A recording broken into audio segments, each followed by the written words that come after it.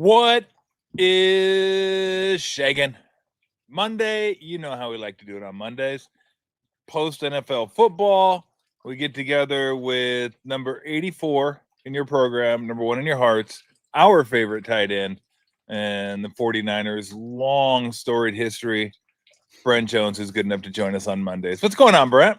Thomas, I was having a really good day until about 40 minutes ago. 40 minutes. Did something happen 40 minutes ago? Yes.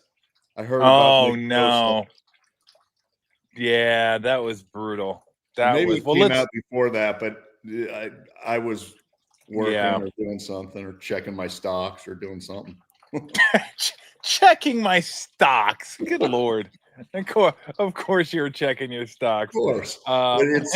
Man, I got a report last night. Like I yelled last night watching the Sunday night game, and Dan was like, "What's wrong?" I'm like, "I just saw a report. Bosa's it's not his ACL." And so that was a bogus report, but I was all excited. Yep. I thought, kind of a minor tear or something that was going to keep him out 3-4 weeks. And I was going to take that, but been pretty bummed out for the last 45 minutes. Yeah, I think we said the same thing when we were doing the show, Bergie and I, yesterday, that Ogden put up on the screen. And I'll make sure I pass this along to Ogden so I don't take any credit for it, that it wasn't an ACL. So I had nothing to do with that. I only said it. And it doesn't count. I just read what's in front of me. I'm like, is it Ogden's fault? And yeah, absolutely, it's Ogden's fault. That's how bad rumors get started. You got to pass the buck. Now, here's the deal, especially when it comes to knees, and I should know this. I think I've been around long enough to learn my lesson on this. Don't guess. You have no idea what's going on with a knee. If somebody's Achilles is crawling up the back of their calf muscle, you're pretty sure they popped an Achilles. If somebody's ankle looks like it just snapped like James Connors did yesterday, you're pretty sure what that is. Knees, it could be a ton of different things. Unfortunately, this was worst case scenario, ACL. They're going to get an ACL guy back in a few weeks, and now they're going to miss him for the rest of the year. It's just, they're 3-0. It's great. Awesome. That's just devastating. It is. I mean, there's no way to work around that right now. I think of the Lions putting together a hell of a run last year without Hutchinson. Yep. And, we're going to have to dig deep and come up with that same approach. They didn't give up. They didn't quit. They didn't say we can't win. And I guess you just never know what's going to happen, but obviously everyone's going to have to step up. Defense played great yesterday, but you don't replace a Nick Bosa. You don't trade for a guy. You don't do anything. You probably have to come up. Thank God Robert Saleh is around. And so I think he can probably scheme it up and do some things to change the direction, maybe change the looks that we're getting and maybe account for some other pressures and some things that we can do defensively. But it's devastating. I know that Nick and the way that he handles himself, I'm sure was just crushed. And I'm sure it's going to be a tough week for the fellas, but they'll rally. But that's a major loss. There's no bright side to that. Are these guys – we were talking about it yesterday when we were watching the games, and Bergie had a great observation, and I kind of share his sentiment because I had thought about this before, that these guys train so hard and most of the year. Dude, Nick Bosa is like a Ferrari. This guy's like a finely tuned Ferrari. So, and I'm not saying that that's the ACL, but there's a lot of different injuries nowadays where maybe there wasn't. And one of our somebody on the comments wanted to know about injuries when you were playing compared to now. But when I played, I don't know if it was when you played. When I played, guys didn't stay in shape 12 months a year. You let your body rest. You took some time off. You came back to camp, and you weren't in shape in camp. you weren't totally out of shape, but you kind of naturally worked your way into shape and you were good. You were good to go. The way these guys train now, their bodies are so finely tuned. I don't know if they ever truly get out of shape, Brent. Maybe they take a week or two off and then they're right back at it. And you see all these injuries and all these sports. I mean, basketball seems to have more, baseball, football. I wonder if there is something to the body saying, you know what, enough's enough. Like we can only do so much here. Just because you look great in the mirror doesn't mean I'm loving it. You know, I agree. I think it's probably a combination of things, but yeah, taking a week or two or a month off isn't probably enough. And you know, these guys are finely tuned machines. And I think back to your comment about getting in shape, and I have one of my favorite comments of all time. And we used to say this in college, but it was a comment by the late, great Russ Francis when he was a professional football player. And people asked him about his off-season routine. And he basically said, I do nothing. Why get in shape to get in shape? And it was legendary. And I remembered it forever. And so that's beautiful. That's how it was in the olden days. And so yeah.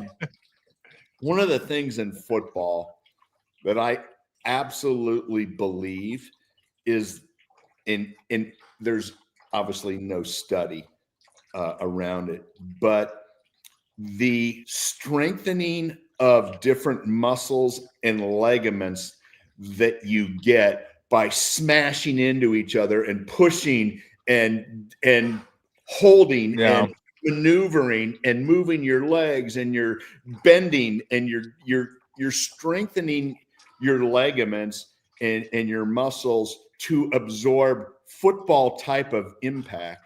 And I think the lack of impact that we've seen, because players have rights now and they don't want to be injured and they don't want to have physical pads practices like we did, you know, years and years ago, two a day. We'd be at training camp for 4 or 5 weeks. It's so limited now that I think that there are some injuries that happen because of exactly that. I don't think you're used to the contact and the contortions and the torque and all the different components that training camp smashing into each other every day. And it's always not 100%, but those collisions build up some strength. And I'm not a doctor, I'm not a physical therapist, but it feels. Did you say at a Holiday Inn Express last night? Yes. It says to me that the way that they're going about it, that there's so many more injuries nowadays and major injuries. And I think that the league and the players union need to take a look at why is that happening, and it continues. And it's been that way for a few years, but it feels that way significantly for the last few, for sure. Yeah. It seems like in our quest to limit injuries, we're increasing injuries. Yes. And it's like, it's bass backwards is what it should be. And look, players love the fact they don't have to work as hard during training camp. I mean, you know, we didn't go that hard when we were in the NBA, but we did 2-a-days. I mean, hell, now they don't even go 2-a-days. Like, I want to go 2-a-days. It's like, days. Yeah, 0 days. They don't practice.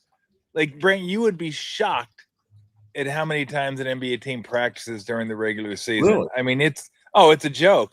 I would say from the time, because they got games 3-4 nights a week, I would say full practice, 6 months, full practice. I mean, maybe 15 tops. Wow. Maybe. It could even be less than 10. I'm talking like getting everybody out there and practicing. It just doesn't happen because your stars are resting. You go 3-on-3 with some of the younger guys. It's just, I mean, it's like Whatever. And I see guys popping ACLs all the time. Man, I mean, in the last couple years, Lillard popped his ACL. I think Tatum did. I think Halliburton did. We know KD did a few years. It just, it just seems like I'm seeing more injuries.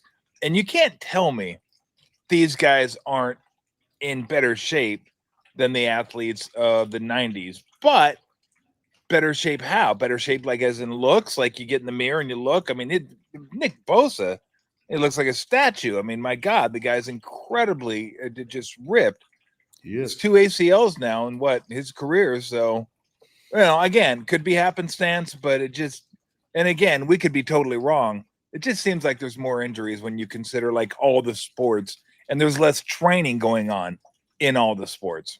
Yeah, there just didn't seem that, there'd be little things, but I didn't think that there would be major out for the season injuries that much back in my day. You would rarely play a team where, one of their stars is out for the season. You might get a guy banged up, but I could never, we played against the Cowboys all those years. Nobody was ever out for the season. All their key guys were healthy every game we ever played them. So I'm sure there's data. I'm sure there's people analyzing it, but it's just, it's a frustrating thing. Tom, in 95, we were playing a game and I completely did my ACL. I came to the sideline. Our doctor looked at it. He just shook his head. And he said, "We'll get an MRI tomorrow." But he said, you've done your ACL. And went to get my knee was loose. I mean, it was all over the place. Overnight, my knee tightened up. I went to the MRI and he said, "I can't believe it. It's not torn." What? And they thought I'd be out 2 or 3 or 4 weeks. I put a brace on. I played the next week. What? It was unbelievable. Our doctor said, "I've never seen anything like this. Like you did your ACL." Like how does that even happen? Huh? Did he have an explanation at all? No. Wow. I've never heard that before. It was wild. Yeah, 95. So I played the next week against the Panthers, and I mean, literally, like the papers were writing, I'm out for the year. It was wild. We need some of your fairy dust on Nick Bosa's knee is what we need. Yeah, man. All right, so because we're obviously gonna get into the game and everything. What kind of challenges does this present to Saleh and the way he kind of is able to do what he does and how he goes about doing it? Yeah, so I think it's going to have to be more moving chess pieces around than just putting in a body. Bosa is such a disruptor that you can't just always single him. You have to account for him. You have to chip him. You have to have, the back looking for him as well.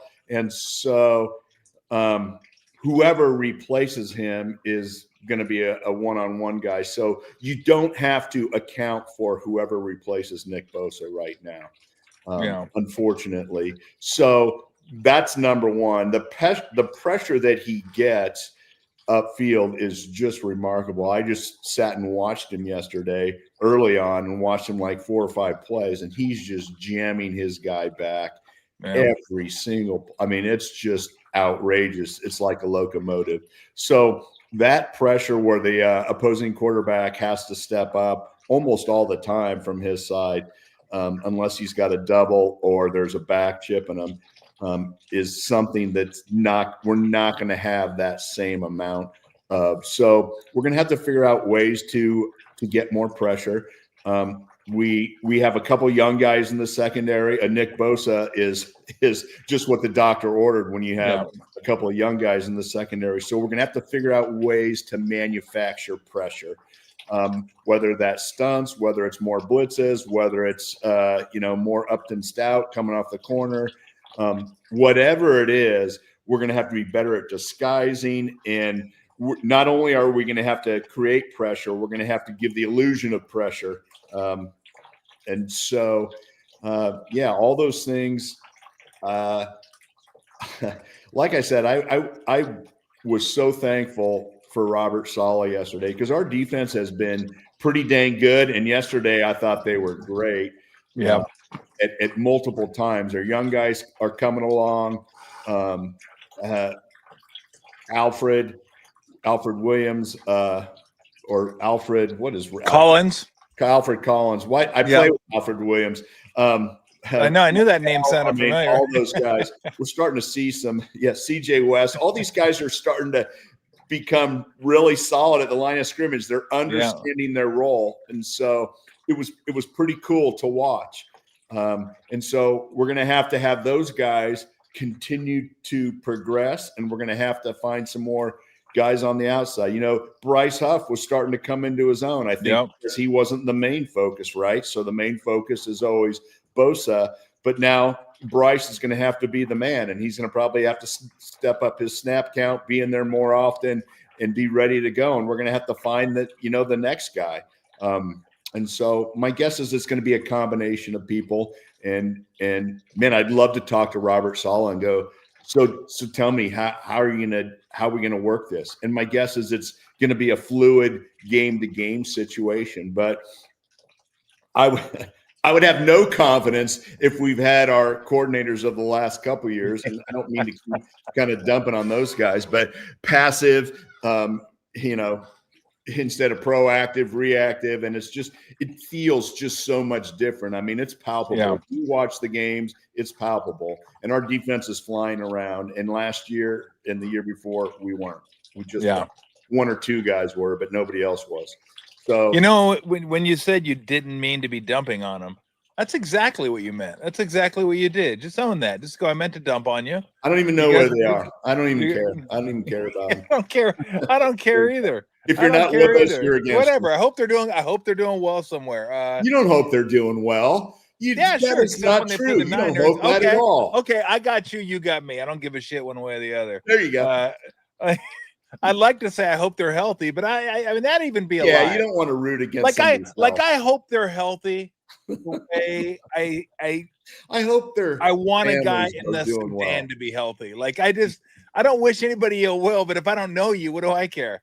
I mean, they mean as much to me as somebody in Moscow right now. I just don't, I'm not wishing you ill will, but I don't know you. So it's like, well, I'm not losing any sleep. My hope for them is that they change their style of defense. That they never come back to the Niners.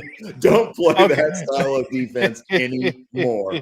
Don't bring it around here. I don't want to see it. Don't come around here no more. I think the trade market too. I think that's going to be something they're going to monitor. I know we're a ways away from the trade deadline, but hey, this team's like giving you reason to believe that they're going to be in this thing. They're going to be in this thing. They lead the division now. I think a game over all three teams. Everybody else is 2-1. They're 3-0. And I know it's early, so I'm not really concerned about that. But they've shown some grit. They've shown some fight. And they're still not even close to healthy. I mean, Bosa's out, but yesterday, Kittle is out, and Purdy is out, and Ayuk is still out. So, Jennings was out. Exactly. Jennings was out yesterday. So, and they won. They found a way to win. And I heard you before the show. Same thing we said yesterday when we were doing the show. They lose that game. They lose that game last year. We've said that every week now. Yeah, 98. For sure they lose that game last year. For sure they lose that game last year. And they won. So they're giving you a reason. It's almost like baseball. Show me you want to be in the playoffs, and I'll go out there and get somebody and help you. I think early on this team's giving you every indication that, like, hey, they're going to battle. They're going to be gritty. They're going to fight. And they're going to be in this thing to the end. And if you feel like that's a position, even if you got to give up some draft capital, you can't throw away years where your team's showing you that they want to be in it. So that's something I don't think to look at right now, but I think as we get closer to the trade deadline, it's definitely something to look at. I agree for sure. I'm always pro trade, making trades if you need to. And I think this team's been plenty aggressive, whether it's paying their guys or trading for guys. But we'll have to kind of see how that comes together for sure. But we just can't keep taking on injuries. I mean, like I said, I was fired up until a while ago, and I was a little downtrodden. but then I'm starting to get my my mojo back. Like I said, I saw what the Lions did last year, and I thought that was the silver bullet that was going to crush them, and it did not. Their defense wasn't great, but they manipulated things along the way, and sometimes the offense had to score more points, and they rode it all the way, till towards the end. So I think we're going to have a similar approach. I think some of the positive things about being 3-0, man, confidence becomes a momentum driver. Confidence builds into the young guys. You can see the young guys getting better from week 1 to week 3. Yeah. That is huge, especially on the defensive side of the ball, buying us time to get our offensive guys that are on the injured list back and healthy. And I just feel like this team's a team that's going to be putting up 30 plus when we have everybody healthy. And so our defense playing the way it's been is a tremendous positive. And so, especially with the development of the young players, and they're starting to understand, hey, I can play at this level. Hey, I know what it's like to play on a top team. And we're beating division opponents. And yeah, our schedule isn't the toughest, but so what? We earned that. And so we're going to be fighting and battling, I feel like, all year. But we just can't have our superstars going down. We just and what do? I mean, there's nothing you can do. Some of that is just luck of the draw, but it feels like it's happened to us a lot more than everybody else. Sure does. Yeah. And look, they could be 1-2 right now. Easy. I think they had we could be panicking. Yeah, absolutely. I mean, you're a Jake Purdy kind of flip into the right-hand part of the end zone where Tonjes saves his bacon away from a loss there. And then, a Mac Jones great drive away from a loss there. So that was, that was just one. Again, last year they lose, period. Last year they're 1-2 at this point. But there's a grittiness, a toughness about this team and about this defense that they just keep fighting. Like yesterday, I thought they stopped the run. They did a great job stopping Connor. I mean, he got hurt, but they didn't stop him at all last year. No, I remember. Aside from 2 times in the first quarter, and then the last drive where Arizona was trying to kill the clock, they kept Kyler Murray in the pocket. Keep him in the pocket, make him beat you from the pocket, wish him good luck. And he really couldn't do it, didn't do it all game long. So I just thought the defense was really, really good. The defensive backs are in position more often than not. Yes. Again, Bergie and I talked yesterday. We were praising, or praying's not the right word, but worshiping, whatever you want to call it, at the altar of Fred. So I mean, that guy. I said we could do this every week if we want. It's like Steph Curry. I don't feel like doing it every week, but the guy's just a stud. But Winters is like incredible. Yes. I mean, I love watching him play. He just flies around. He's filled the void that Greenlaw brought without the 15-yard penalties every game. Yeah. Which is I nice, will say, nice to have. I mean, he feels like Greenlaw out there, doesn't he? Just the way he's flying all over, and just his pursuit angles and his aggressiveness, his speed. And, sadly, Dre had issues in Denver, and he's he hasn't played yet. And people are saying, man, that he might be gone for the season. So it felt really bad at the time, but it was a heck of a call by the 49ers. And that's a guy, you are rooting for. And I do care healthy, and I do want him to be able to keep playing with the Broncos. But that was a tough decision. And right now it's looking extremely positive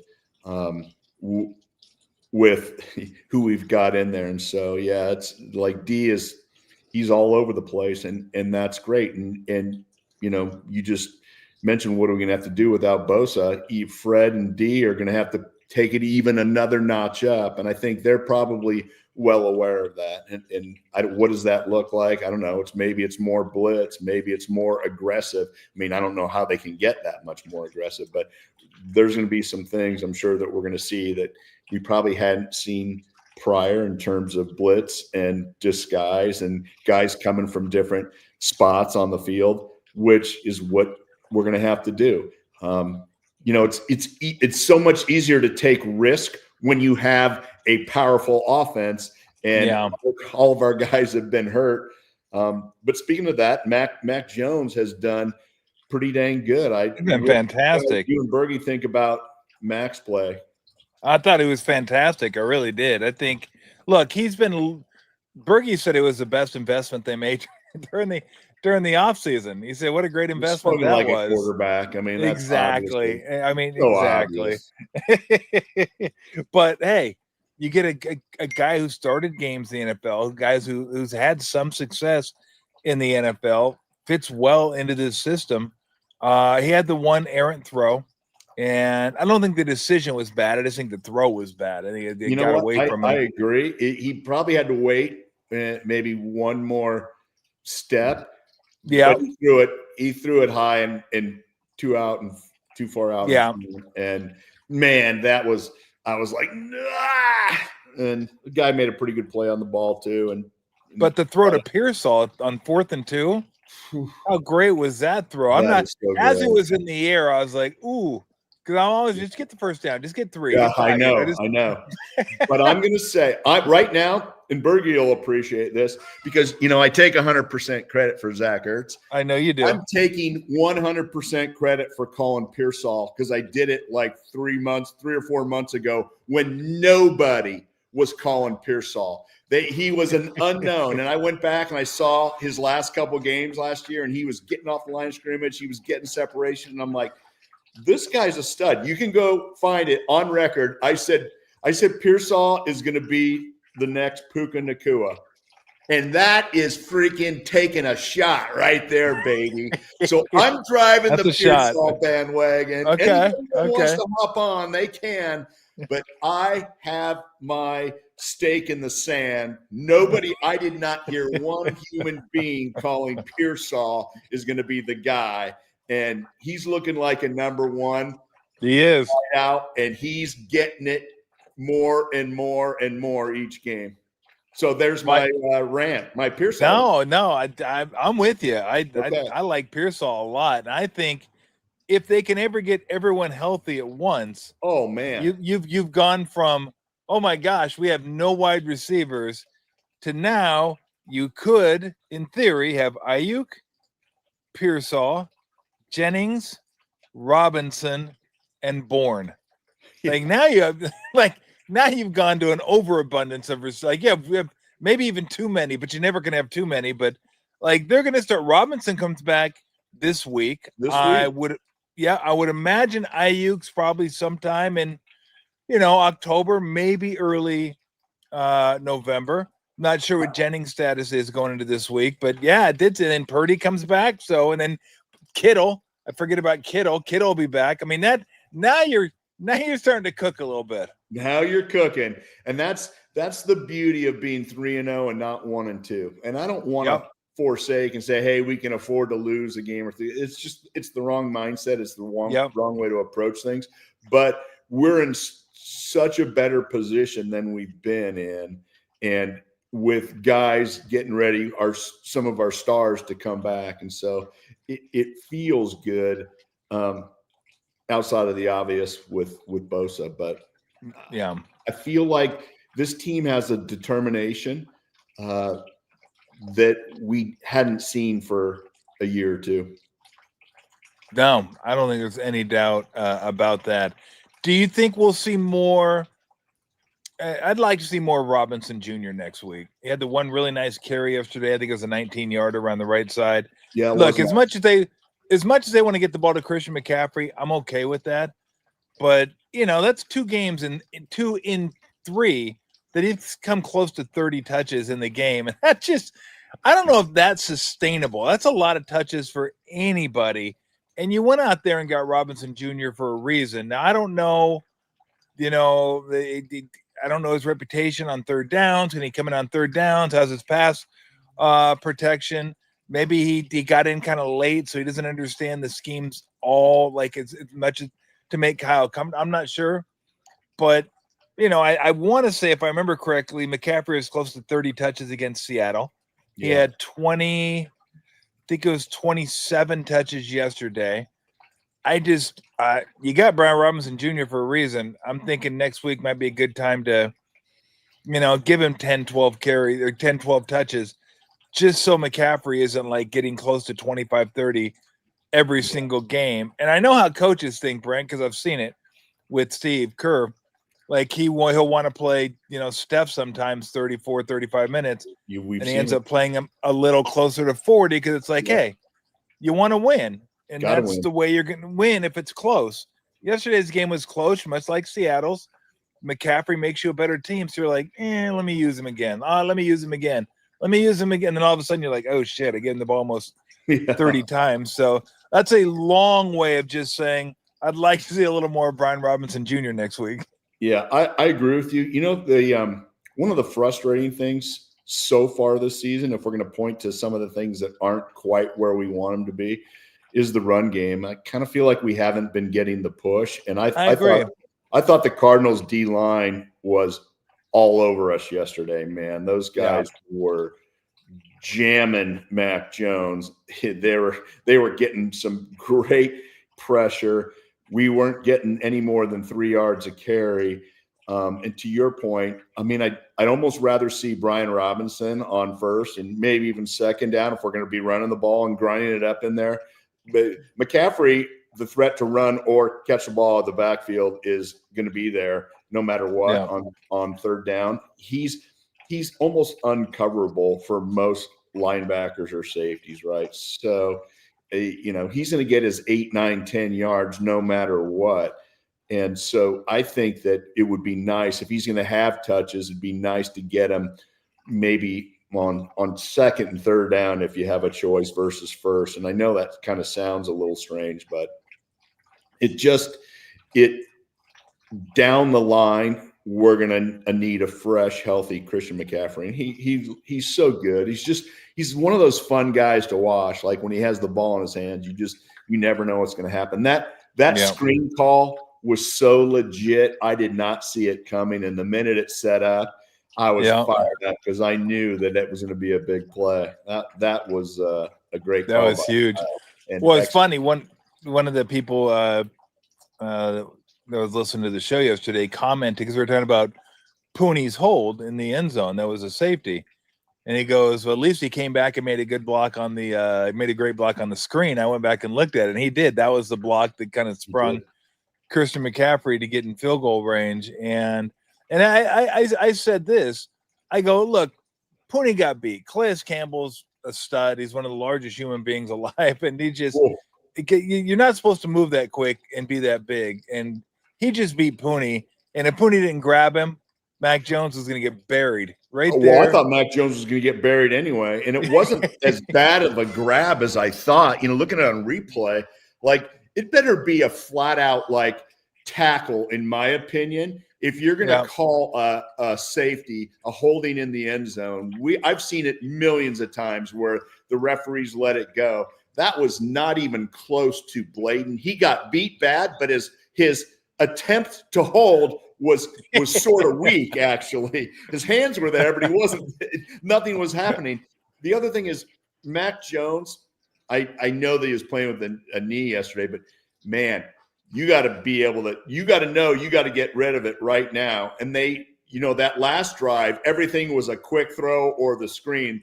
There was no 7-step drops. I mean, that Cardinal defensive line was getting massive pressure on us. So once we went to the kind of the quick passing game, we were looking a lot better. I was exhaling instead of dying, holding my breath.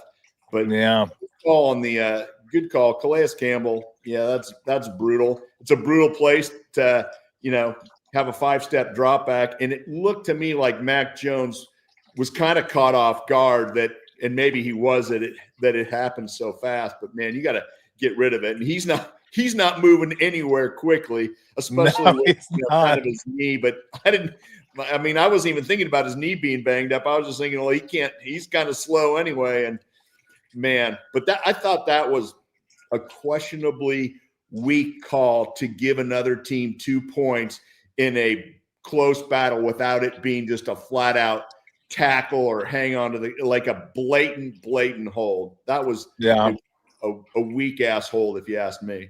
Well, look, Pony was the one that got beat, but I'll tell you who's to blame for that. fucking Sky Moore. How about not fair catching a ball at the 5-yard line and setting your team up in position to fail? Like, my God, I know, look, a guy in Seattle yesterday, can't remember his name, returned a punt 96 yards. Yeah. That should never happen because you should never catch the ball at the 4-yard line. But I know one thing you most certainly shouldn't do is fair catch it inside. Like, you're just like saying, okay, we're just going to take the ball at the 5-yard line. I was like, and the next punt, somebody must have chewed his ass because he's like, same thing. He like ran away from it like he should have done the first one. But like, what are you doing? Like, how do you blank so badly that you're standing at the 8 and you can't count backwards to 5? And like, okay, here we go. Let it go. Like, how is that possible, Brent? Me and my son-in-law were sitting watching the game, and he's like, I'm a defensive guy, and I know, like, you plant your feet right there. If you take a step back, you're letting it go. Like, it's not the that rule. hard. Like, everybody knows that. It's the rule. And so we were mad when it happened. Then we were really mad when the safety happened. It's like, are you kidding me? Man, hey, how about that stand too with the couple of timeouts, the 2-minute warning to Upton Stout on third down, freaking jarring the ball out. You know, he got beat initially, but man, he didn't give up on the play. And that was his thing. That was his thing in training camp. The guy turns and runs and he has great makeup speed. And man, he's an intense guy. Got his hand in there and kind of raked just enough to make it an incompletion or it's all she wrote. And so heck of a play for sure prior to that last drive. Great play. Great play. Really was. All right.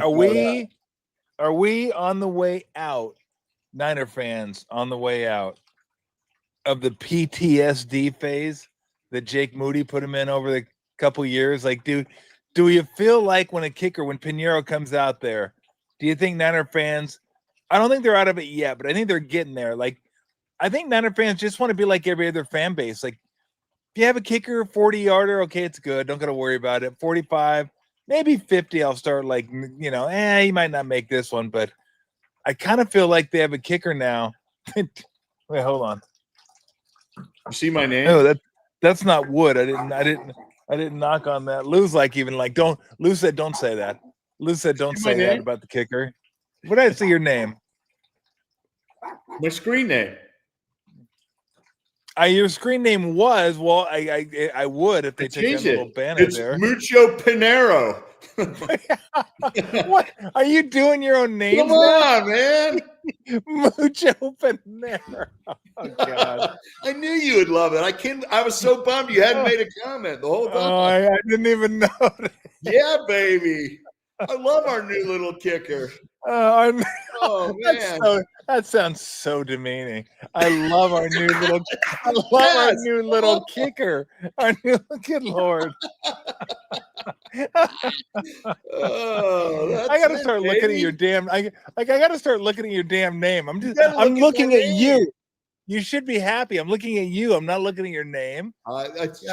It's too good. Mucho Pinheiro. I was so happy. When I was typing it in, I was laughing. Oh, God. Nobody said anything. Yes, I didn't. In fact, my brother's in Arizona.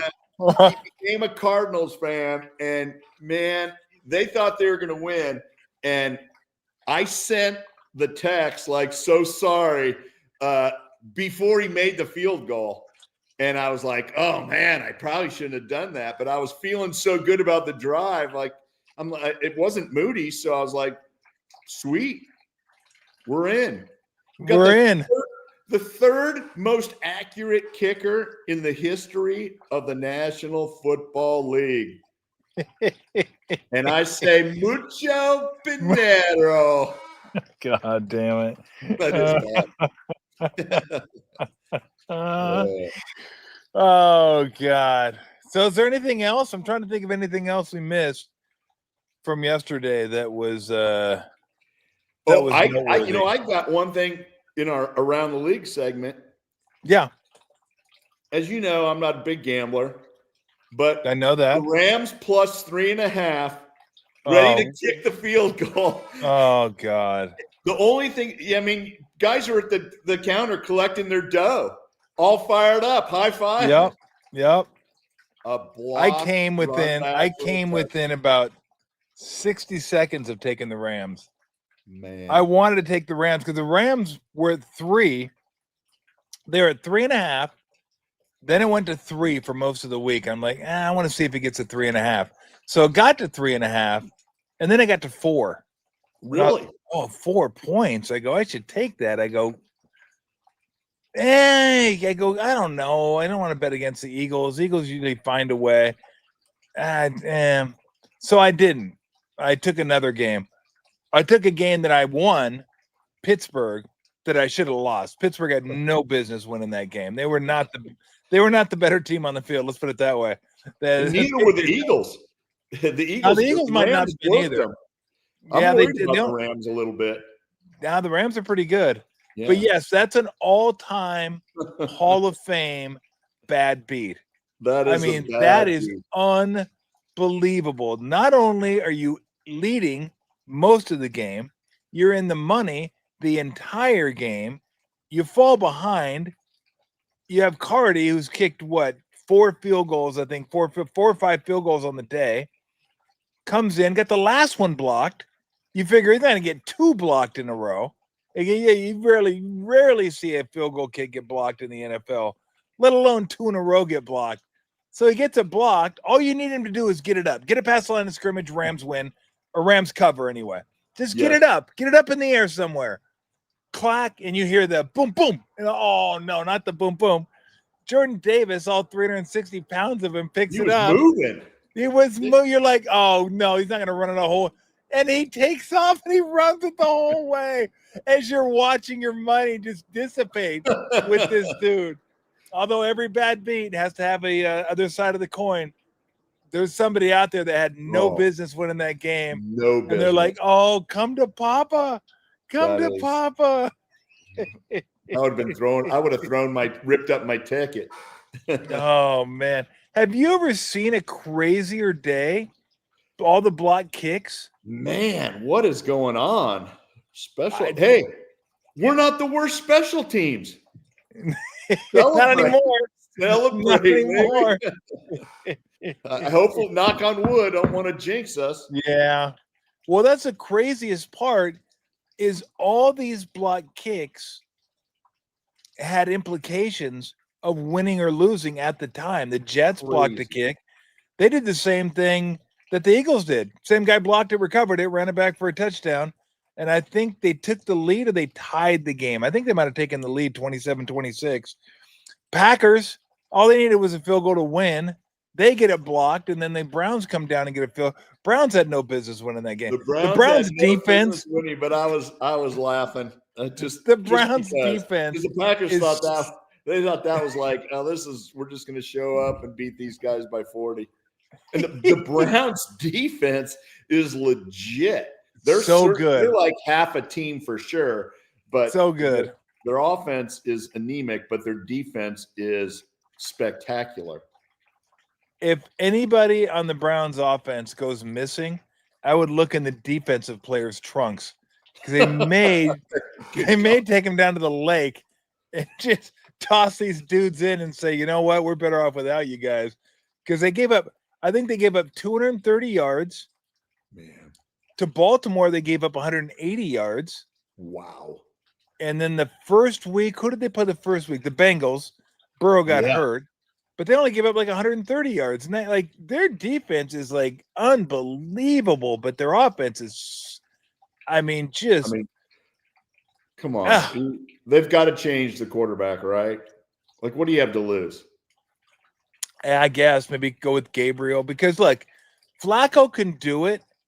If they play against a team that doesn't have a very good pass rush, then I think Flacco can, do the whole statue routine. I agree. Because he can connect. When he gets a little bit of time, he still knows what he's doing. But he can't move. You know what he looks like? You know how when they toppled the Saddam Hussein statue and it just went like this? That's like that's Flacco. He's like back in the pockets, like timber, and there's like dust that comes up all around. There's total dust. I kind of feel sorry for him. I don't know that he has any players on his team. The kid that they just signed actually is the starting running back. He held out Judkins. all camp. He's a second-round pick, and Yep. he's their best player on offense. Yeah, no, there's no doubt he is. Tillman's not bad. So Tillman's respectable. I agree. Yeah, he's okay. But you're right. I mean, all their like guys are on the defensive end. But man, that throw that Jordan Love made at the end of that game yesterday, like, what could you possibly be thinking? It's 10-3 at the time. He throws a pick at like his own 35. They return it down to the 5, get a touchdown. If you just don't turn it over, just like kneel on it 3 times and punt it, you're going to win that game, and you didn't. Like, you can't do stuff like that. I know there's some regression in some of these. Wow, these guys have arrived quarterbacks, and so you still gotta be the man for 3 or 4 years before you're handed over the title of you're a franchise quarterback. Totally agree with you. Jordan Love is on that list. CJ Stroud is on that list. He went from all this guy's incredible to I don't know. About Trevor Lawrence I don't know if he was on that list. Incredible. On that list. Jaden Daniels might be on that list. No, he's definitely on the list just because he's only been there a year. Like, when people, I kept saying this when people kept asking me about Purdy. And I go, give him a year or so. Let's just watch him progress. You're going to have your ups. You're going to have your downs. How does he bounce back from a bad game? Do the defenses figure him out? And because I remember the first game he played was a Dolphin game. And I just thought, God, the poise of this guy, last pick in the draft, comes in, just owns it. Just looks like he knows what he's doing. But still, you got to see it. Somebody's like, what do you think now? I'm like, give me some time. What do you think now? Give me another 3 or 4. What do you think? Give me another 4 or 5 games. So we got to halfway through the next year, which made it about 18 games.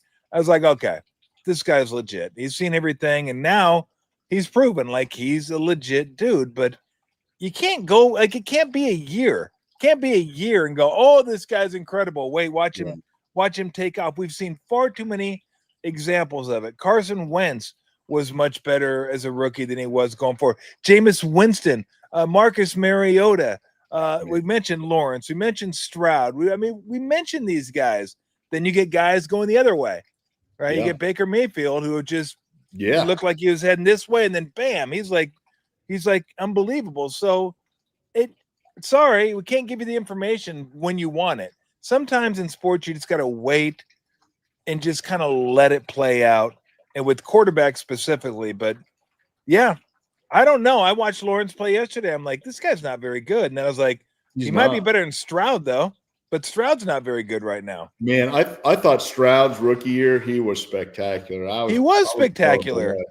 Like, I thought, wow, this guy is legit. But you know what? Give coordinators a year to figure out how to confuse a guy and how to disguise things and how to blitz in certain packages. And man, they end up stifling a lot of these young rising stars, before they even hit their stride. It's super interesting to watch. And so that's how Brock Purdy has kind of, he still has probably another year or two before you can officially say. Yeah. But I think instinctually, I think he's great. He's head and shoulders above those other guys, but we'll see. There we go. Bottom screen. Najee Harris, another ACL guy. I thought his was an Achilles. I'm a little surprised ACL, but I did too. Najee Harris out for the season with an ACL. Bummer. I like Najee. Najee is had him on the show a couple of times. Cool kid. Root for him. Antioch High School. But he's going to be out for the year. Another ACL. So, speaking of Trevor Lawrence, Niners got the Jags coming in this week. And look, I said 3-1 be happy, take it, and move on. But after watching the Jags yesterday, they most certainly should be thinking, look, let's clean this up too and go 4-0. Maybe if the Rams or somebody else lose, we can extend our lead in the West a little bit. I mean, it's crazy to think next week will almost be the quarter pole. We're about 23% through the season, and that is crazy to think. I mean, you just keep building that margin for error, right? 4-0, you give yourself a little more cushion and a little more cushion and a little more cushion. So when you do have one of those games that everything seems to go wrong, that fluky things happen, you have the bad turnover, maybe a bad call, maybe bad this. Look, it's only one game. You're like building equity right now, man. You're like 3-0, and if you can get the win against the Jags, and there's something – I don't know, that Jags defense is great. It played pretty good yesterday, but – again, I'm not as Stroud's been brutal this year, I think. But the offense, something's going on there. Trevor Lawrence was only 50% yesterday. Brian Thomas Jr., I saw him run a couple routes yesterday. The ball's like 5 feet from him. I don't know if he's running the wrong route or he had one really nice catch at the end. He did have one really nice play. About 40. And I know because I'm on my fantasy team. Dude, let's go. Can you give me 10 points? I mean, you're a first-round draft pick. But there's something funky going on with that offense. So this is one I think the Niners should be able to get. I agree. Just watch out for ETN and make sure Thomas doesn't run free. But if he does, the ball could still be 5 yards away from him.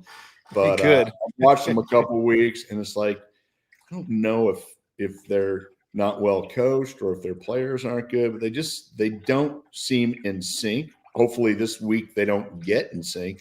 But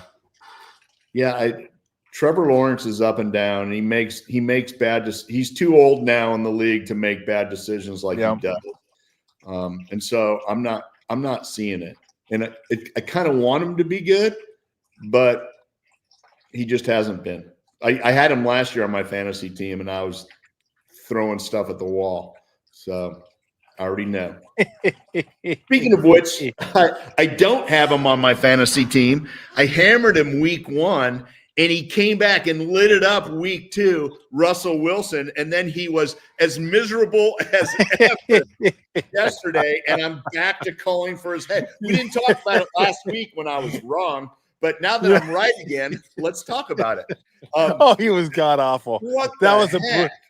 That was a brutal game to watch for 2 quarters, maybe even 3 quarters. But I had two of their wide receivers on my fantasy team. All I needed was like 10 points total, and they got like 4 total. Oh, you have neighbors too? Yes. Yeah, I do too. Unbelievable. Brutal.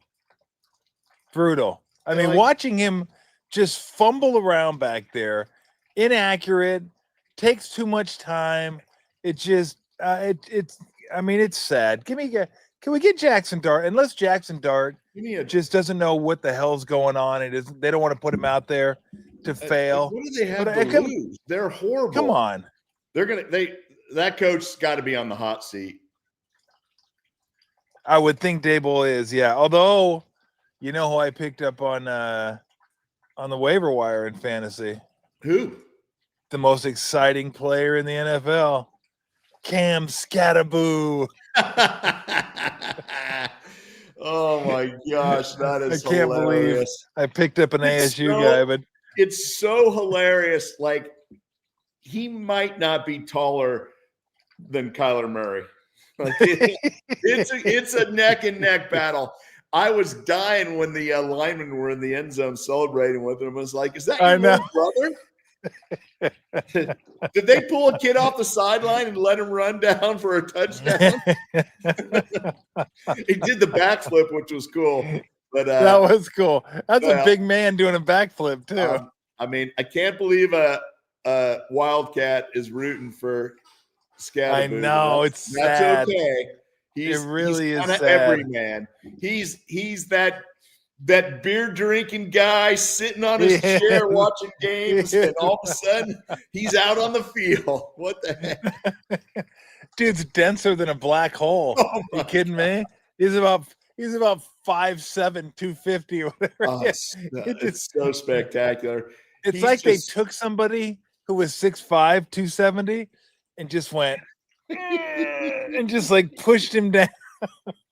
His tenacity is like no other. Like he is gonna go. And that was fun to watch. I have to say that part. Outside of Russell Wilson.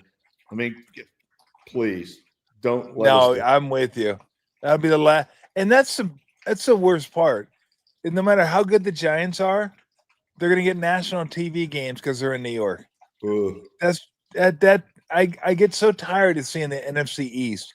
And at least they got some decent teams, but it's like, do we really need to watch the Commanders and the Giants every single year on national TV? I mean, I don't need this. I don't want this. Like coming out of the gate, like that is a bad matchup last night. So we should have had well, I guess that's hard to do this early in the season.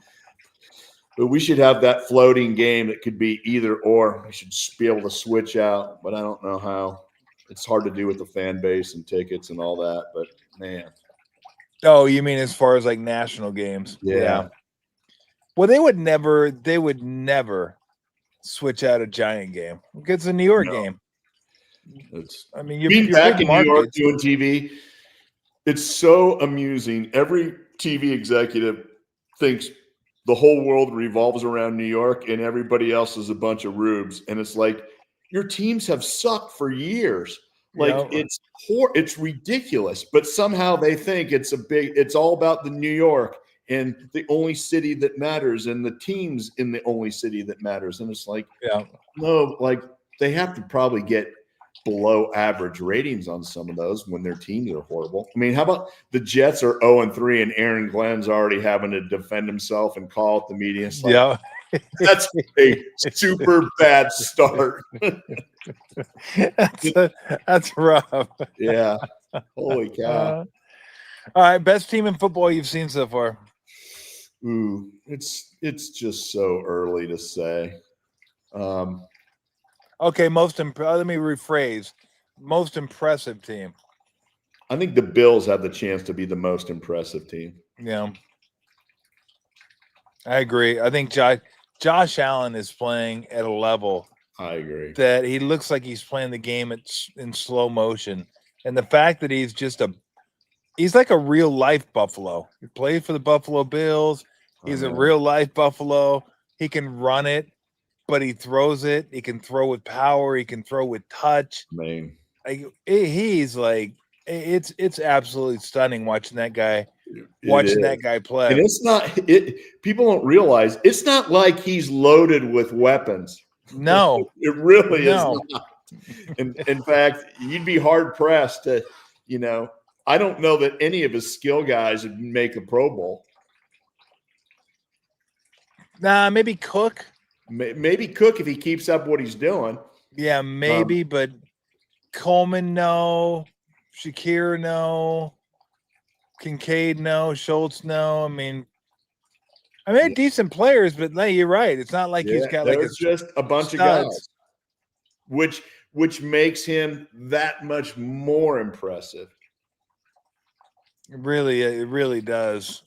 I'm trying. It seems like it's the same teams. Them in Baltimore, KC kind of falling off. Yeah, KC. I think would be tough. I think we talked about it last week. The Chargers are like, how about that throw that Herbert made yesterday? Man. Running left, torquing his body back, and then putting it on that throw was literally insane. Like you can see, like I'm dumbfounded, which is not a good thing to call yourself. I'm dumbfounded. Right after I said, I'm like, that's not good. But I was, and that's as good of a throw as I've seen. I don't know. I'd have to go back into my mental archives to come up with something, but that was in the situation ridiculous.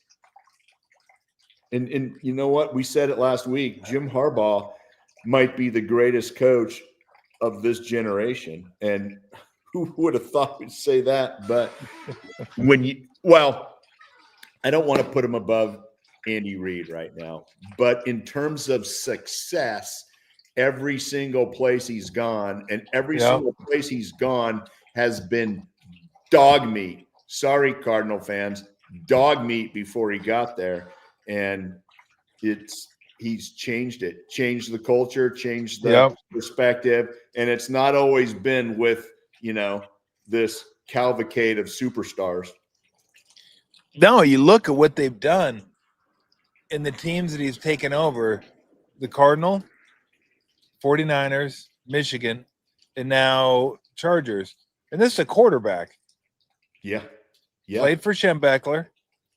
That's the type of football he believes in. Every team got more physical, got a little nastier, got a little bigger across the front lines, and every defense has been better. Every team is more physical than they were before Harbaugh got there. I mean, it's just such a weird dichotomy because this guy's a really good coach, and then he's such a fucking nut job. Like, I mean, again, I can't imagine Bill Walsh out there playing catch with Joe Montana with gloves on, just like tossing the ball back and forth. But that's Harbaugh. Like, he makes it work, and he's genuine. He cracks me up, man. I'm like, look at this. Funny guy. I gotta say, it's amusing to watch him, and he has all these sayings, and he does. They just keep getting recycled with whatever team he's on, and it works, and it's kind of fun. I mean, if I'm a Chargers fan, I'm fired up. Oh, you're eating it up. Absolutely. You're eating it up. There's no doubt he's bringing an extra 7 people to SoFi. The big home field advantage they have there. Yeah, the lack of home field advantage. They get no home field advantage down there. But so I'd definitely put the Chargers there. They've won 3 to start the season. Not only have they won 3 to start the season, they've all been in division. So they've picked off the Raiders, the Broncos, and the Chiefs. So I mean, they got a leg up in that division. So you think? They're looking good. So NFC, I mean, the Eagles are there, Rams are there, Niners are there. Who else is there? I think the Lions are still there. Lions still there, yep. Yeah. Packers still, I mean, Packers blew it yesterday, but they're winning top handful of teams. Yeah. That kind of stuff happens occasionally. I mean, the Commanders were pretty good. The Commanders are playing with expectations, but right now they don't have a running back, so I think that's problematic. Yeah. All right, let me ask you this: what's the most because that loss was, I don't want to say inexplicable. I mean, they were 7.5-point favorites, so it wasn't like they're monster favorites and lost the game. But everybody expected the Packers to beat the Browns. Yep. And they're up 10-0. They look good. Things collapsed on them, and they end up losing 13-10. Can you remember the most inexplicable loss you had as a Niner? One that at the end of the game you're just like, what? How did that happen? Yeah, we played the Falcons, and was it 91? And I think we lost on a Hail Mary at the end of the game. And it's the freaking Falcons. Like, we'd smack the crap out of them all the time. That kept us from going to the playoffs that year. We were 10-6, and we might have been. Steve was hurt for 4 or 5 games. We came back, and at the end of the year, we probably were the best team in the NFL, and we didn't get in the playoffs. And so I remember standing there like, what the hell? Just how did that even happen? Like, we lost to the Falcons? And it was like a stupid, crazy Hail Mary type of deal. And that was it. The other inexplicable one, and it was a blowout, was when we lost to the Eagles in 94. Signed all these free agents, and Steve lost his mind on the sideline. Yes, he did. Which is spectacular. I love bringing that up. So good. I saw highlights of it in the last week or two, and he was like ranting and raving on the sideline. It made me kind of laugh. I almost sent him a note, and I'm like, yeah, I just won't forward on him. But were you part of the contingent that had to pull him away from Seaford? Yes, you were. Oh, he was ready to go. I mean, what would happen if we didn't pull him away? Like, would he have gone up and like wrestled him, or was he going to throw a haymaker on him, or like, I don't know. Can you imagine Steve doing that? The price of admission right there. We should have pretended to hold him back, but let him go. Should have. He wouldn't have done nothing. He wouldn't have done nothing. But he was. I don't know that I ever saw him like that any other time. And so maybe he was unhinged enough to really go at it with George. Would that be outrageous to see a player attack his head coach? I always figured it'd be a wide receiver and not a quarterback. But Kelsey maybe almost attacked Andy Reid the other night. Yesterday. Who would be? So we're thinking about this. I've never asked you this. Who was? Maybe when Mike Silver was on, we were talking about this. Who would you take? Or what seed would these guys be? And we could even go all time on this, but we concentrated on this year's coaches. If it was an NCAA tournament, what seed would you place on the coaches? Like we said, Mike Vrabel's a 1. Mike Vrabel's a strong 1. I don't know that we had a lot of coaches. Dan Campbell would have to be a 2 if he's not. Dan Campbell. No, we had him as a 1 too, because it was NCAA tournament. We had 4 1s, 2s, 3s, stuff like that. Campbell was a 1. Campbell was definitely a 1. I think we had NFC West was I think Gannon was a 10. I think Kyle we had maybe a 7, 6, 7, somewhere in the middle, somewhere. McVay was Harbaugh. Would Harbaugh 8. Be a 5 seed? Harbaugh's a 3 or a 4. Okay. Because he played. He's probably 6'1", 6'2", crazy. Yeah. No, if he was a little younger, he'd certainly be a much higher seed. Yeah, I think his brother's probably down lower, What about Mike Tomlin? Tomlin's 2 or 3. I think I was going to say he's a 2. D'Amico Ryan's a 2. Oh, yeah. No, he could D'Amico be might even be a 1. He might be a 1. Yeah, I think so. Might be a 1. Give me Andy Reid. Andy Reid's big, but getting a little older. Andy's probably a 9, 10. You think he's a 12 seed that could upset a 5? Get a sucker punch and lay on I think Mike McDaniels, he's a 16. I was gonna bring him up. Yeah, you got to be a 16, maybe a 15. He's definitely a 16. And I don't think he's Maryland, Baltimore County. I don't think he's upsetting anybody. Can you imagine McDaniels versus Vrabel in the first round? Oh, that would just be a sheer pummeling. That would be brutal. That'd be a rough one. Up with this stuff. Yeah, you and Mike Silver had it all plotted out. No, because I was thinking you were talking about him and Seifert going at it. And I was thinking, God, I think Steve could take Seifert. But what if it was Ditka? Yeah. Oof. Steve wouldn't be taking Ditka. Nope. No. Did I ever tell you my Mike Silver story? No. He was outstanding. So Silver's around us forever, just like Brian Murphy was. They were young scribes hanging out. They were our age. So for the most part, maybe not everybody, but at least I was friends with those guys. So Silver gets the big Sports Illustrated job. Now he's a big shot. So we don't see him all the time. So to amuse myself and others, every day we'd eat lunch. Me, Steve, Harris Barton, maybe a few other guys would eat lunch in the defensive meeting room. And to make things just a little compelling, I'd always pry open the door just a little bit, and I'd fill a cup of water and put it on top of the door.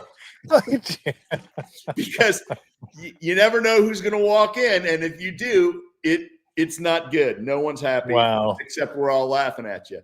So for the most part, we'd been going through the season. Anybody that had gotten drilled already wasn't coming in. So it would usually sit there all lunchtime, and we just walk away, and somebody eventually would take it. Yeah. So Silver hadn't been around for a while. So he comes bopping in like with a coat and tie. Bam! Crushes him. And we're laughing so hard, and he's enraged.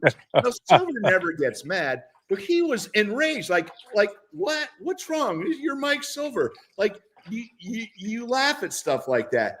He was pissed. And so we laughed, and the more mad he got, the more we laughed. So he left, and so those guys say, BJ, go fill it up and put it back up. Because we thought, well, you get one, you never know, you get another. No. So I filled up the water, put it back up, and every day at lunch, if it hadn't gotten anybody, we'd walk out the other exit and go and get ready for practice. So nobody came after Silver. And so we walked out the sideway. We're out getting ready. Special teams is already going out for practice. So now half the locker room's cleared out. I didn't have to be out that day. So I'm sitting there and I'm getting my pads on.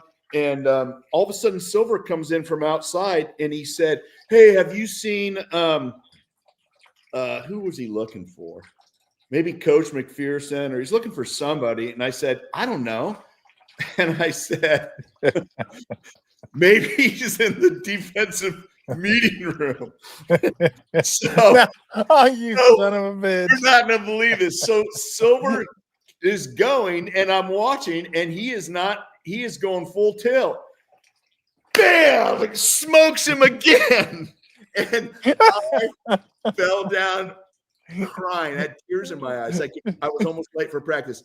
He was furious. I think he wanted to fight me. And this is like, I'm going crazy. And a couple years ago, I reminded him of it, and he said, I don't remember. And I'm like, that's bullshit. I know you remember. Like, that was the most outrageous. It was the best. It was. Nailed him twice. Crushed him.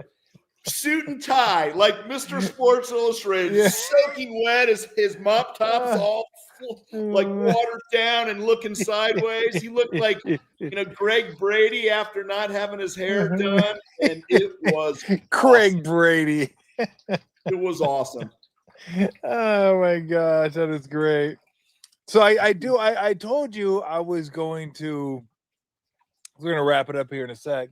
I told you that I owed you an explanation because you thought I was trying to out-hat you. You were going to out-hat me because I've had sweet hats on every week. And I've had sweet hats. You come on the show and you got this hat. And I'm like, what is that? And you said, I'm not going to tell you yet. So here's the thing. So I'm sure a lot of people are probably looking at it saying, why is Tom wearing a Dodger color hat? Because it is definitely Dodger colors. It's Dodger blue. It is. And everyone that listens to the show knows that there's no affinity between me and the Dodgers. Absolutely. They might like me. I'm not sure, but I don't like them. But I got this hat. I mean, it's still a pretty sweet blue. You got to admit. I got this hat, and I'll show you what's on the hat. And if you're a Dodger hater, which I assume most people on this listening to the show are, I mean, if you want to say screw Tommy Lasorda, screw Steve Garvey, you can even go screw. It'd be hard to do this one.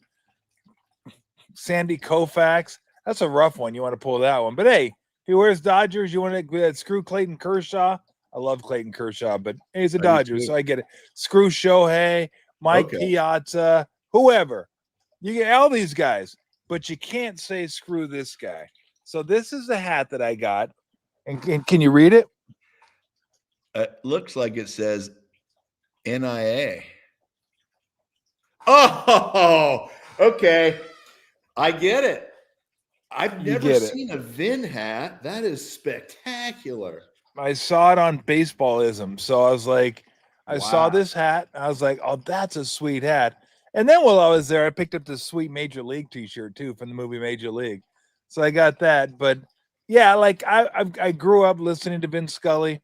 We all did. In fact, he was the one that called the game where Dwight Clark had the catch. He was on the call. People remember him from baseball. Vin did golf, Vin did football. He did all kinds of stuff. So I saw the hat and I go, that's a pretty sweet hat. And you can hate the Dodgers all you want. You can't hate Vin Scully. I mean, Vin Scully was just a national treasure when it came. His stories were legendary. The way he could weave in and out of a count and just keep the story going while the game's going as well was incredible. Like, I would watch Dodger games sometimes just to hear Vin Scully. That's how good he was. So when I saw the hat, I go, that's a pretty sweet hat. I'm going to get that hat. So there you go. That is so great. Okay, why we're talking baseball, because I do love Vin Scully. Grew up loving baseball. I'm getting on the plane. I was in San Jose for 2 days, getting on the plane back Friday afternoon.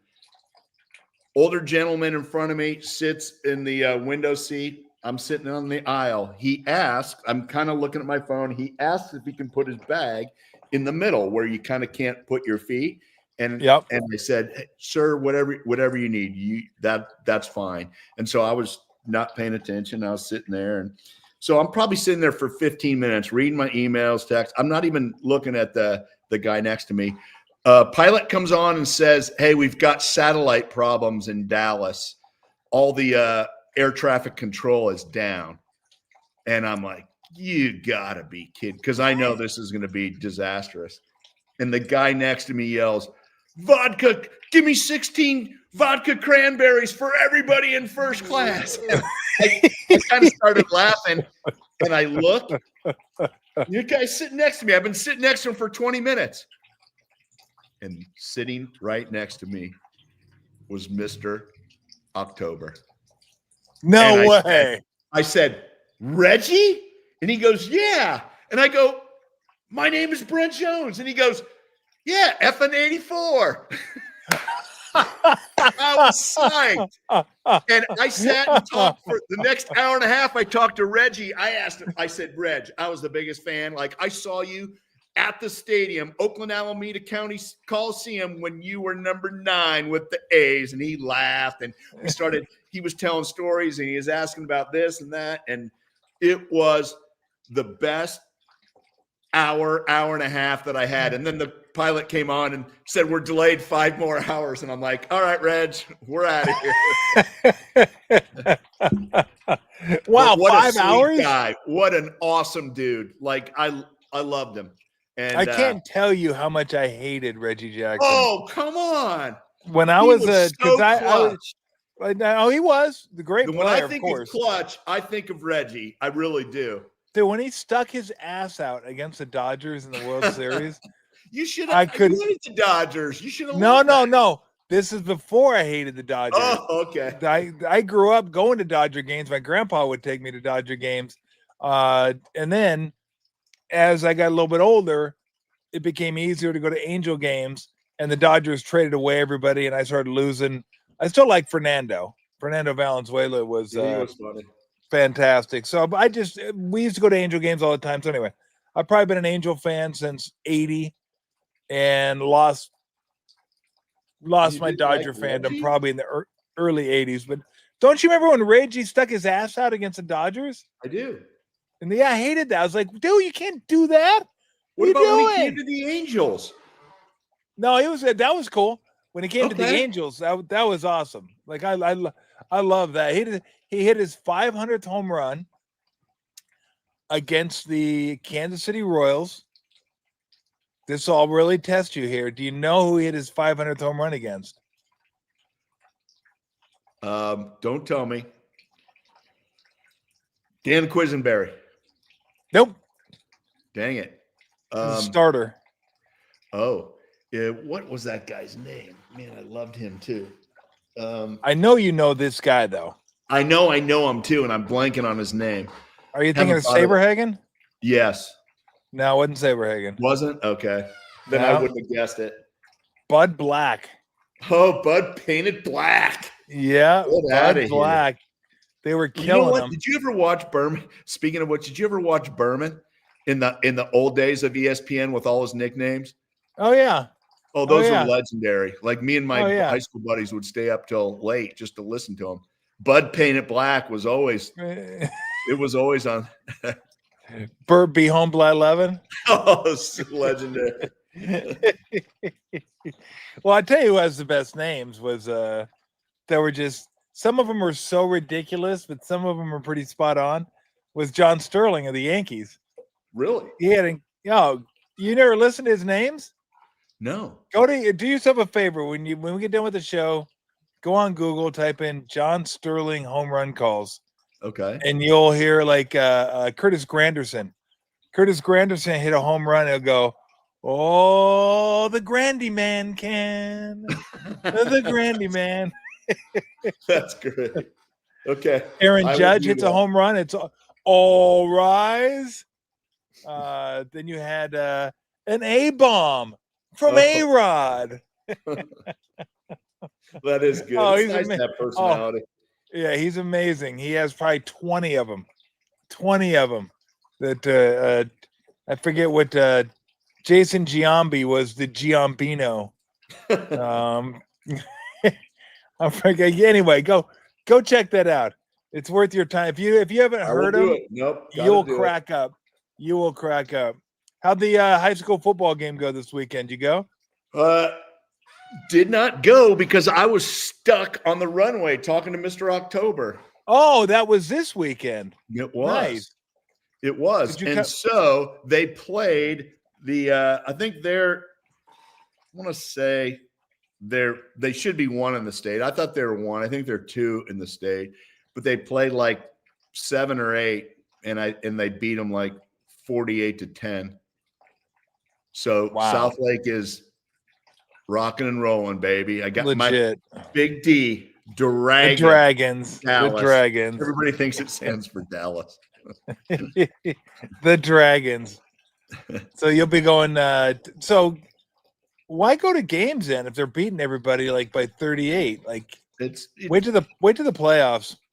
You know what? Actually, that's been my strategy the last couple of years, but you got to go and support the guys. Nah, not really. Yeah, at least when it gets a little cooler. It's been semi-cool. So weather contingent. I'm there. Weather. Old man. Weather. I mean, well, you moved there, so you knew what you were getting into. I take it all on. You knew what you were getting into. I did. 100%. So, all right, I appreciate the time. All right, time brother. to go. I don't know what the hell. What are you doing the rest of the day? I'm gonna do nothing. I'm gonna crack open a book. I'm gonna try to enrich my mind. You are? Yeah. I'm gonna listen to John. I try to keep the brain cells clicking. I'm gonna get ready for Monday. I'm gonna tailgate. Get ready for Monday Night Football. I may. I'm not gonna tailgate yet. I may go back and watch the first half of the Illinois-Indiana game. I wanted the Indiana to how about them. The Hoosiers? Yeah, the Hoosiers are a football school now. That Signetti, the coach they got, I think they got him from James Madison. That dude can coach. Dude can go. Just ask him. He'll tell you. As he said last year, Google me. That's so awesome. But I didn't get a chance to watch that one. Although, you know what? The Eagles, I told you I almost bet the Rams. I took the Eagles. I would have lost that. I didn't take the Eagles. I would have lost that bet. I didn't bet it. I got to remember my good wins occasionally. I had Oklahoma laying 6.5 against Auburn this weekend. They won by 7. I know they did. They won on a safety. They covered on a safety with about 40 seconds left. Yeah, that's a dang good win. I was like, oh, I'll take that one. That was one I did not deserve at all. So, but I watched that one. We watched Miami kick the crap out of Florida. That wasn't even that good of a game. There wasn't many great games on per se. No, there was a few. There was a few that were pretty good. I'm kind of blanking on them, but Utah Tech, Texas Tech now. Wow. Texas Tech may have a squad this year. That They're was a beatdown in Utah. I was shocked. In Utah. Absolutely beat them down. Like Texas Tech has a good offensive and defensive line this year. I'm like, whoa. I'm used to Texas Tech throwing it around, wide receivers, skill position guys, but I guess they spent that money wisely this year. They had a ton of it. Texas schools, everybody, all the alumni are throwing dough at their program. All right, real quick, who you got this week? Oregon goes to Penn State. You know what? My lifetime theory since Joe Paterno retired is Penn State never can win a big game under Franklin. And so I am picking the Ducks. The Ducks. I hope you're right. The Quackers. All right, who do you got? Bama going down to Georgia. I think Georgia. I think Alabama is just half a click off, and so I'm going with the Bulldogs. I think we're riding together. I think I got the Bulldogs. They got the Bulldogs too. So, and then Ohio State. I'll give you a third one. We'll leave it at that. Ohio State goes to Washington. Yeah. I mean, is anybody really picking Washington? I might. I mean, they're only 8-point dogs. They're not huge dogs. So I don't know. I still, that quarterback for Ohio State might be his first road game. Freshman first road game. That place is loud. When they get is loud. I cranked up on the sound. It might be one of those. It's tied at halftime, and then Ohio State wins by 28 in the second half. You want to give me Washington plus 28? Oh no, I was just saying they'll probably. I'll take them plus 24. I'll tell you what. I'll take them plus 24. I got a deal for you. If you win, I'll give you this hat. My Vin hat. If I win, I'll take that picture behind you. You'll be doing the show without the poster. There you go. I thought you were going to take my dragon hat, but you're going for my painting. Oh, no damn dragon hat. Are you kidding me? High school football hat. I look like. I want you to know, if I'm right, if Washington covers next show, you got to put the dragon hat on the stand and wear the cowboy hat. Okay. Brent doing I actually have a cowboy hat in my house too. It's not really a cowboy hat. It's like a weak kind of tropical cowboy hat that's made out of straw. One of those. It's like Australian cowboy hats. Yes, kind of like that. Like a crocodile Dundee type of guy. Perfect. Yeah. Well, although it's got a folded up bill. It's not like flat like crocodile Dundee, but anyway, it's not classy like it's not like I've yours. actually worn my cowboy hat to a few things. Like there's things in Texas where you go. I got a couple pairs of boots and I'll throw on a hat every once in a while. Yeah, boots don't fit my feet, and plus boots don't go with shorts. Unless you're a girl. You got to have. If you're a girl, you got to have some handmade boots if you live in Texas. Yeah, like that's something girls can pull off very easly. In fact, the shorts. Yeah, no. If there's a dude that wore cowboy boots with his shorts, you just tackle him and start on it. Because there's no explanation for that. I mean, there's definitely a certain amount of sexiness to a girl. Shorts, cowboy boots, cowboy hat. Boom, you're good. If you're a dude, there is nothing sexy about shorts and cowboy boots. You might as well scream, dork, nerd, punch me in the face. Like that's really what you're telling everybody. Just come up to me and punch me because I'm wearing shorts and I'm wearing boots and I'm an idiot.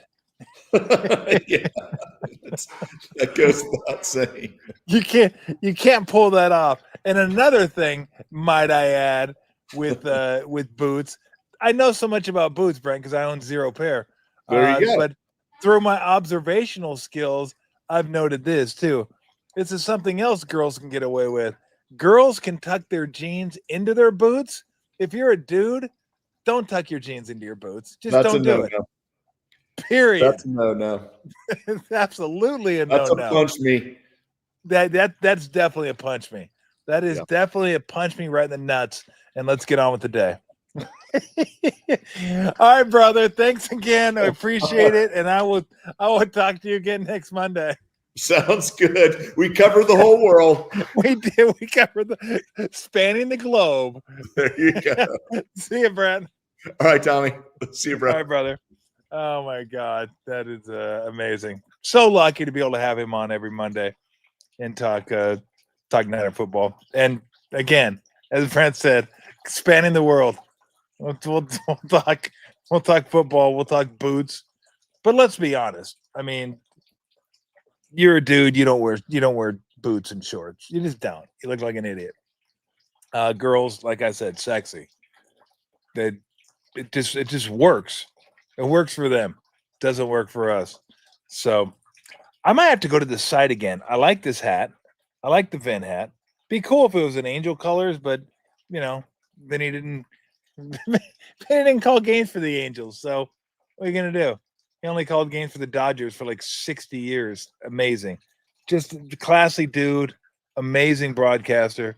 Maybe the greatest broadcasting storyteller of all time. He's just something special. So I saw the hat, and as an ode to Vin Scully, I thought, you know what? I'm gonna get that hat. I like that hat. And then I go on, get the hat. I'm like, hey, wait a minute. They got a major league shirt in there. That thing's sweet. I love the movie Major League. 2, not so much.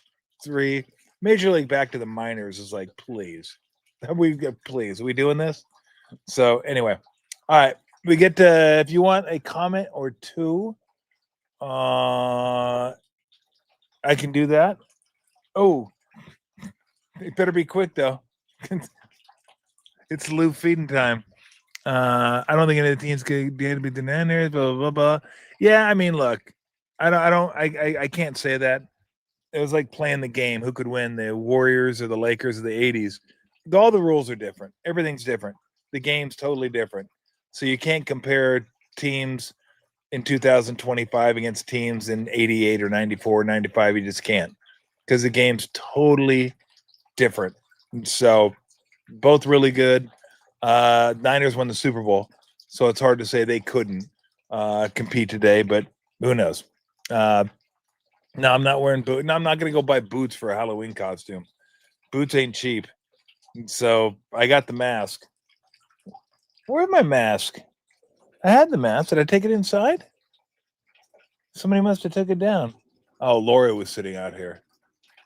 I could see where Lori probably not real thrilled with the mask. Fantasy football team won this week.